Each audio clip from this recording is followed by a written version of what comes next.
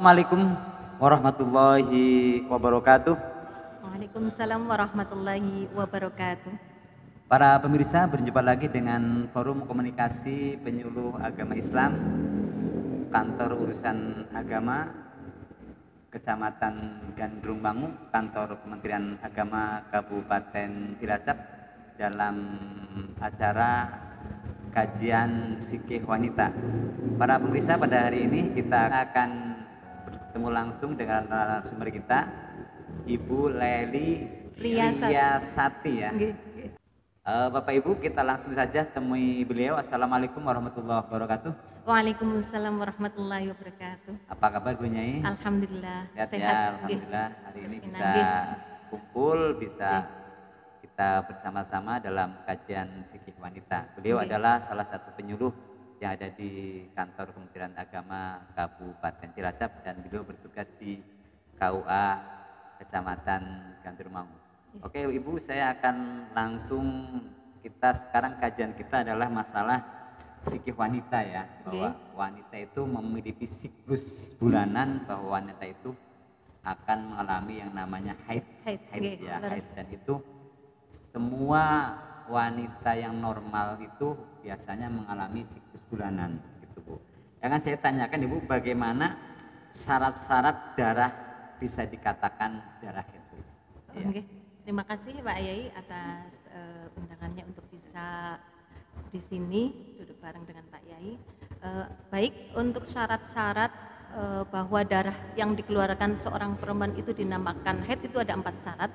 Ya. Yang pertama yaitu darah tersebut keluar dari farji perempuan yang sudah mencapai usia minimal haid, bukan karena dalam keadaan sakit dan juga bukan karena sehabis melahirkan. Itu yang pertama. Ya. Terus yang kedua, darah keluarnya itu minimal selama 1 hari 1 malam jika keluarnya terus menerus. Dan jika keluarnya secara terputus-putus itu minimal 24 jam.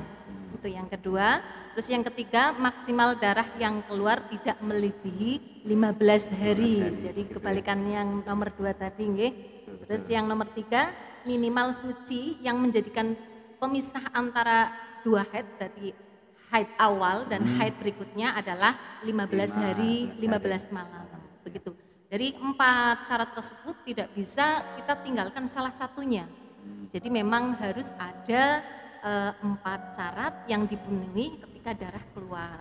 Termasuk syarat umur tadi ya, umur wanita itu harus sudah memenuhi 9 tahun untuk hijriah, berarti 9 tahun kurang 16 hari, kurang sedikit. Dan kalau untuk ukuran Masehi, tahun Masehi kita gunakan berarti ukuran 8 tahun lebih 8 bulan lebih 22 hari.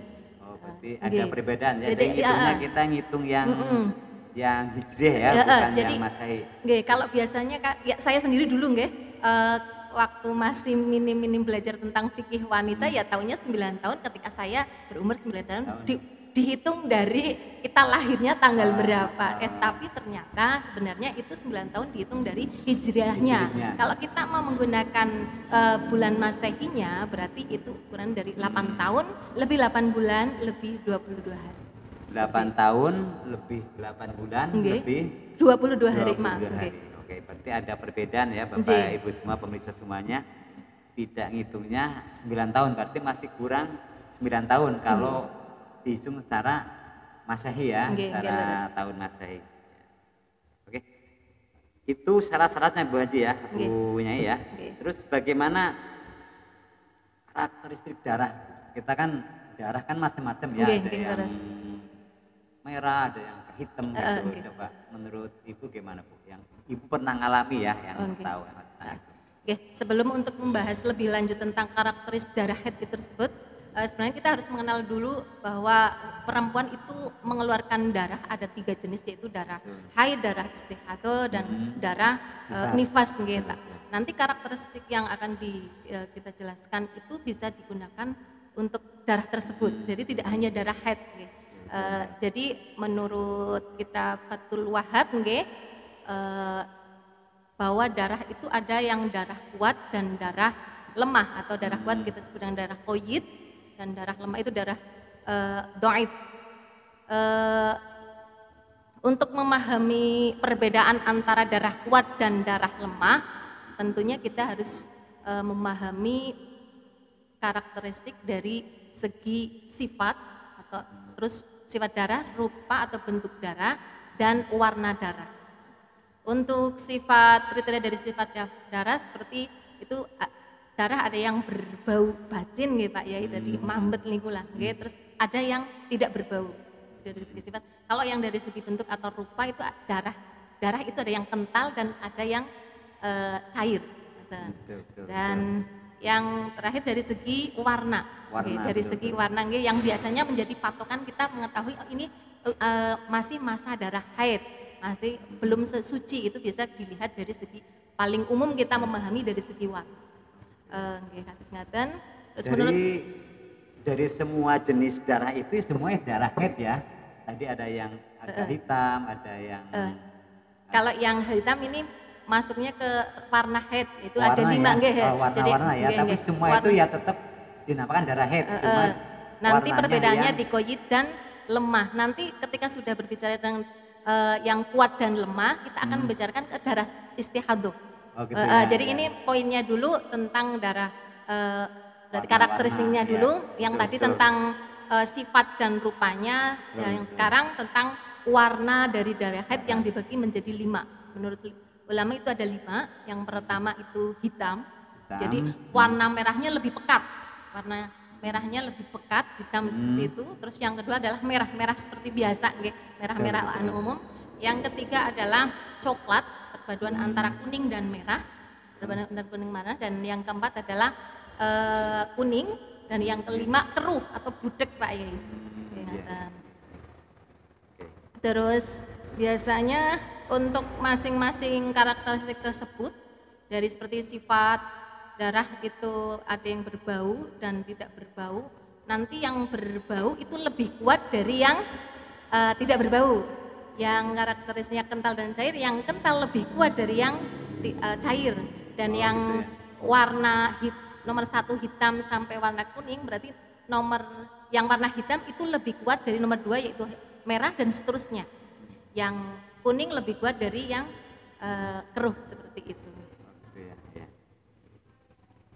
Terus biasanya ini kan tadi ada yang nomor 4 dan nomor 5 kuning dan keruh ya Pak, yang mirip dengan cairan keputihan yang biasa dikeluarkan seorang wanita. Oh, jadi untuk membedakan antara keputihan, jadi kita harus tahu dan darah haid ya, bedanya itu. Jadi karakteristik darah itu supaya mengetahui bahwa ini darah haid atau bukan, atau keputihan gitu ya. Jadi kalau perempuan biasanya itu mengalami siklus mengeluarkan cairan yang berwarna kuning dan keruh sebelum haid, itu kadang juga deras Pak Yai. Seperti saya mengalami sendiri. Jadi sebelum haid kita sudah ditandatangani keputihan, cairannya kadang sifatnya bau dan atau bentuknya kental kayak itu, warnanya keruh. Terus setelah haid pun seperti itu, setelah suci seperti itu. Jadi kadang perempuan itu bingung, ini saya sudah suci atau belum? Oh, gitu ya. Sudah sebelum, dan itu kita harus mengetahui hukum-hukum bagaimana yang itu. Itu ada penjelasannya Pak Yai untuk mengetahui tentang cairan tersebut masuk haid atau bukan haid. Ada. Oke, lalu yang berkaitan dengan ini, kita kan ngeceknya ini darah haid atau bukan, itu gimana? Cara mengecek darah. Pertama mungkin cara untuk mengetahui darah sesuatu cairan yang keluar dari vagina kita itu dengan cara menggunakan kapas kapas atau tisu dimasukkan ke dalam vagina, bukan luar vagina. Jadi kan kalau misfi ini itu ada beberapa bagian dari rahim sampai keluar, itu kita masukkan kapas atau tisu ke bagian dalam posisi jongkok. Jadi kalau ketika posisi berdiri itu beda ketika jadi jongkok kita masukkan dalam, terus dilihat warnanya bagaimana. Nanti warnanya kan memang warnanya itu ada warna kuat, ada warna kuatnya, itu termasuk darah haid. Dan yang jelas tadi untuk mengetahui darah kuning dan keluar darah kuning dan keruh itu masuk haid atau bukan haid, itu ulama melakukan 3 perincian, menyimpulkan dalam 3 perincian.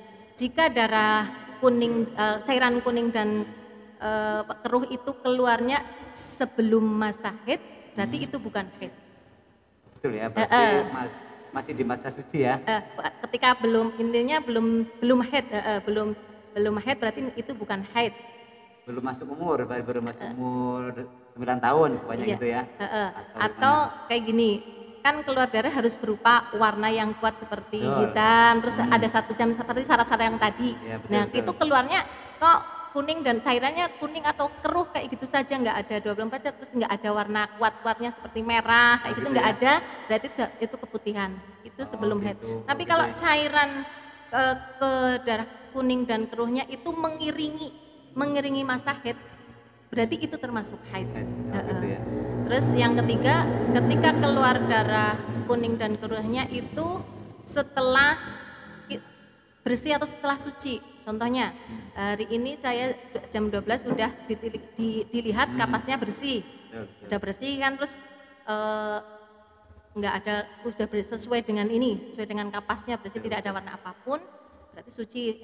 Setelah beberapa 1 hari atau beberapa jam itu kok keluar cairan yang kuning dan keruh, berarti kan setelah suci niku, maka itu maksudnya bukan haid. Nggih, Oke, para pemirsa semuanya, kalau ada masukan dari para pemirsa dan ada pertanyaan, silahkan Anda komen di kolom komentar video ini. Sekian, akhirul kalam, terima kasih Ibu Nyai.